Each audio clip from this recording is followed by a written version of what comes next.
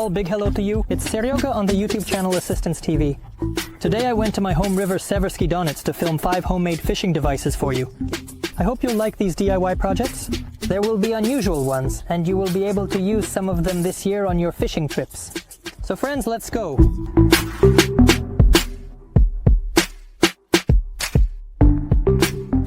I'd like to show you how easy and quick it is to make a bite alarm for your bottom fishing rod using a regular lighter. In my hands, I have a lighter with a flashlight. Here it is, you see it turns on, lights up, glows. And now I'm going to tell you how to easily make a night bite alarm for your bottom fishing rod. It will light up at the moment of a bite.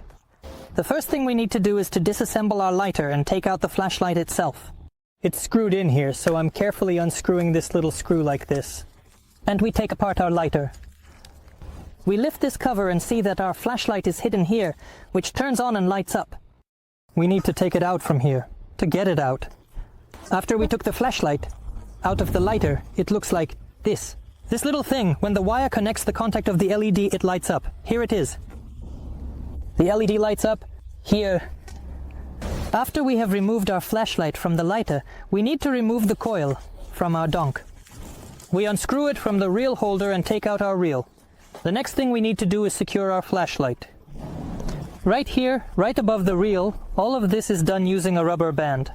So initially we take a rubber band and thread it through here a few times like this. We're getting it tangled up. So now we have this little thing, and now we twist and pull it to the place we need, right here above the reel. After we have threaded the rubber band through here, we need to secure our flashlight in the on position. We need to secure it right here around the reel. The reel will be at the bottom and we secure it here. It's really simple. We just take it and press it down here. And we press it down here, and that way our flashlight will stay on constantly.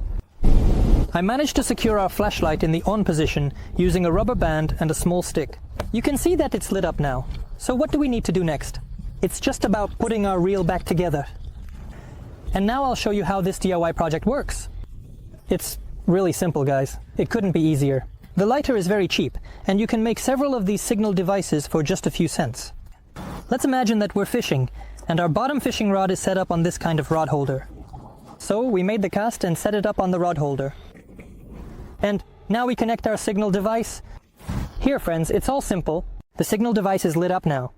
As you can see, it's lit up. After casting, we need to take our line and thread it through. Right here, under our contact. You see, the signal device has stopped lighting up. Now let's imagine that we have a bite, and our line is tight. When we get a bite, it just jumps out, and that's where ours and yours come from. Signal device, or it starts to nibble like this constantly. I'll show you again how it works. We take our line or whatever we have, we thread it under our indicator. So it doesn't light up. The line, it turns out, breaks the contact. Just like that. And now I'm going to hold the end of the line. During a bite, our line just simply pops off. When the line pops off, the indicator stays lit constantly. It's a very simple yet very effective rig. Here I am, I'm hooking the second end instead of the fish. Here it is with me. I'm making a bite. As you can see, there's a bite. Our cord comes off and our indicator lights up. It's quite simple and really cool. The next thing I would like to tell you about is how to make a float from feather. You can see that I'm currently at a small beach, so to speak. Well, you could say it's a small beach. And to this beach, wild ducks and geese come when there are no people around. And what does that indicate? What ducks and geese are there here? This is indicated by their feathers scattered along the shore. So they come here to clean themselves and eat fish because the water is already clear, and you can find quite a lot of fish. Here, live with it. There are little frogs here, and they eat all of them. Yes, they even eat those little frogs. In general, you and I need to find feathers. On the shore, the biggest and most intact ones. The first thing we need to do is take our feather and simply trim it. Trim with scissors, in no way damaging the core, just trim. So, these edges, if you don't have scissors while fishing, you guys can just burn them. Basically, the float is already ready. You can attach it to a duck and catch fish. But I have these nail polishes. This one is fishing, light green. This one is red, old, some kind of varnish. And guys, you can simply paint the float in bright colors so that it looks good and can be seen from afar. The thing is that varnish not only paints, but also strengthens our float. It becomes sturdy, and if there were any micro cracks, in the feather for example, the polish binds all of that together. Guys, it so to speak reinforces like a protective layer. So I ended up with these two floats, and I painted them in different colors. And by the way, my friends used to do it this way when there were no floats. It was indeed our grandfathers who made them, from bird feathers, friends. If you're planning to buy something online, I want to recommend a free service called eCatalog. This service will help you find the cheapest product that matches your specifications. A wonderful service, eCatalog. Just type in fishing in the search. And now I'll show you an example with a reel. In the parameter selection, let's choose the manufacturer Daiwa. It's a spinning reel, and the spool size is from 3 to 3.5 thousand. Click show. The service shows us reels from this manufacturer that match our parameters. Here we have the Daiwa Ninja 3000A reel. Let's take a look. Right here, there's a description of the product. And we see the stores where you can buy this reel at the best price. You can see how the prices differ. If it weren't for this service, we would have to search for everything manually, but this way it's very convenient. Let's compare this reel with another one. Here it is. Yes, you can't. 3012. What are the differences between them? Let's go to this reel, click Add to Compare, and then click Compare. With this service, we can compare two or more products right away, and it shows us the differing characteristics immediately. These reels differ in weight and spool capacity. In addition to that, we can look at all the parameters for these products. I recommend the eCatalog service because it's very convenient to shop with it, and you'll save your money. The link to this eCatalog service will be in the description below this video.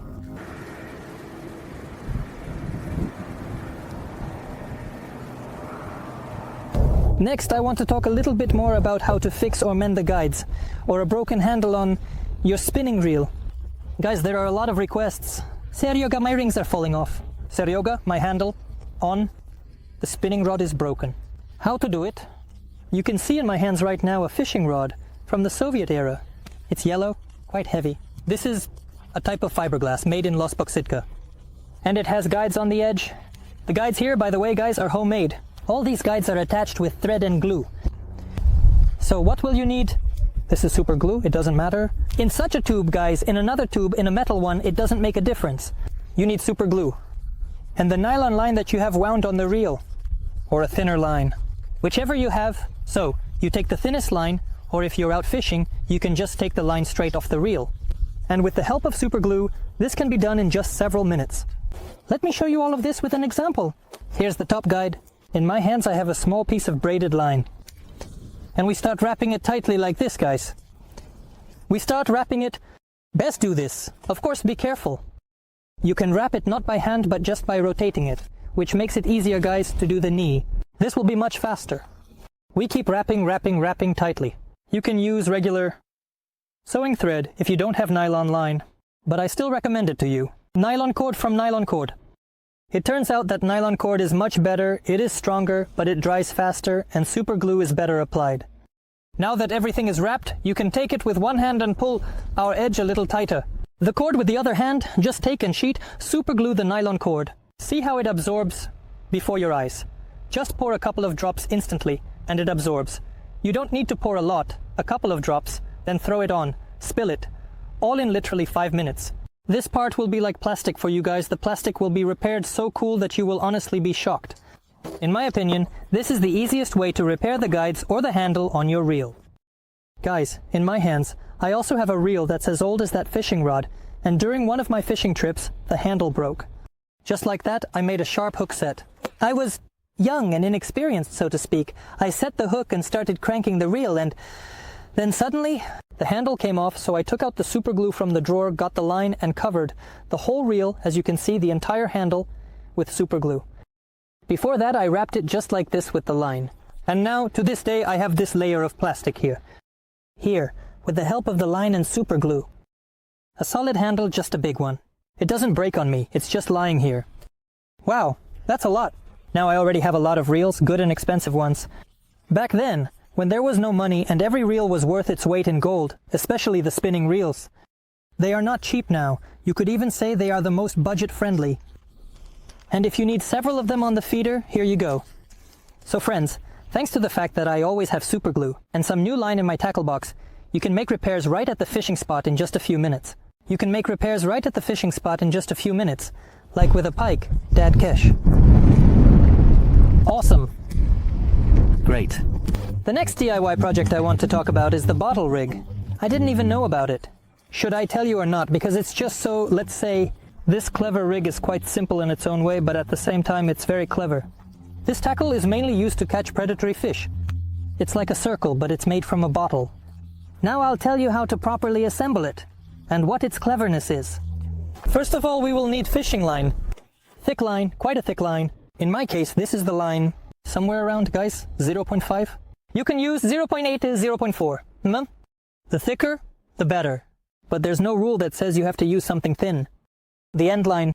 The end of the line, we tightly tie it to the neck of the bottle. After we've attached the fishing line to the neck of the bottle, we need to wind it up. Right here. How much should we wind it up? Guys, it all depends on where you will be fishing for pike. If the depth at your fishing spot is 2 to 4 meters, then you need to reel in 4 or 8 meters respectively. So you need to wind about twice as much line as the depth where you'll be fishing. Let's say you're fishing at a depth of 2 meters, then you should wind 4 to 5 meters of line onto the bottle because of the pike. We will be unwinding it, so it needs to have some free play. When we've wound the necessary amount of line, here it is all wound up. We put our favorite rubber band on this edge of the bottle. Later, I'll tell you why this is needed. So, we've put the rubber band on this edge, and here we have our fishing line. Here it is, guys, all wound up, just like that. Now we need to make a leader for the pike. I use a leader made of fluorocarbon. The fluorocarbon I have is quite thick. Here is the fluorocarbon. We see it can handle 0.5 to 13.2 kilograms. This is the thickness of the fluorocarbon. This is about the same thickness as the fishing line, roughly, so that the pike can't bite through it. You can see what the 0.5 fluorocarbon looks like. Well, we need about this much fluorocarbon, guys, I don't know. About 30 centimeters? Well, about 30 centimeters. Usually it's a leader like this, but take an extra 5 to 7 centimeters to be safe. Tie the leader. You have some leftover pieces of fluorocarbon at the free end, and we're going to tie on a treble hook, guys. The treble hook I have is quite small, so I don't use a big one so that the pike can swallow it easily. Now we need to tie it on here. So that means I tied it to you and me. A treble hook. Now the edge can be cut off, leaving a small pip dish, and this pip dish is small. I recommend you to melt it a bit with a lighter, guys. Fluorocarbon does not burn, like fishing line, it melts a little bit. Just everything and the little birds with a handle. Press it down so it's not hot anymore, and let it stick out a little bit like this. Let this swivel stick out that you'll be using. Guys, it shouldn't be the weakest either. So, if you have any trusted manufacturers, use that. If you don't, then just buy something that's not the cheapest. We tie our swivel in exactly the same way. So, that's how we tied our hook. Thread the edge through the loop, now tighten it into the loop. Now we carefully tighten it all up, tighten it up. We let the thick fluorocarbon settle. Make sure to wet everything down. Saliva. There we go, and that's all good. We tighten it tightly. We seal and clamp it. We ended up with, my friends, this kind of leader, about 30 centimeters long for pike. Next, we need to take a fishing sleeve for floats. Well, about this length, and we cut it in half to make 2 small pieces from it. We take the main line from our bottle. We take the line from the bottle, guys, the main one, right? At the end, and we thread our sleeves onto it. One sleeve is in place. Then, after the first sleeve, we take the swivel from our leader and thread the swivel onto it.